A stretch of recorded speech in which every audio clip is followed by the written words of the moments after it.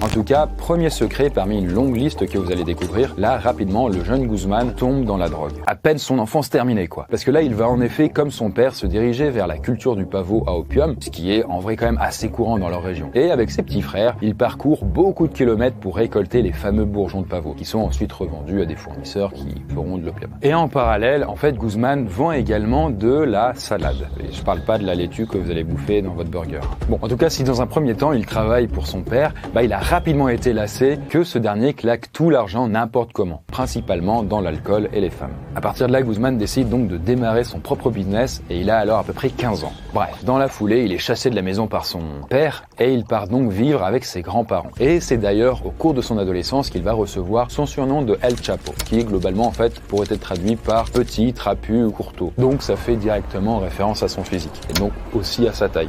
El Chapo va donc avoir des ambitions assez différentes de la plupart des gens de son village, ainsi que des environs, qui passent souvent leur vie ici. Honnêtement, il voit vraiment beaucoup plus grand. Et c'est donc là que son oncle, Pedro Aviles Pérez, entre en jeu. Parce qu'en fait, cet oncle-là n'est autre que l'un des pionniers du trafic de la drogue mexicain, et de grande ampleur. Et là, alors que El Chapo, à la vingtaine, il va être pris sous l'aile de son oncle. Et à partir de là, il va mettre le pied dans un cartel, celui de Guadalajara, et alors sa vie va changer du tout au tout.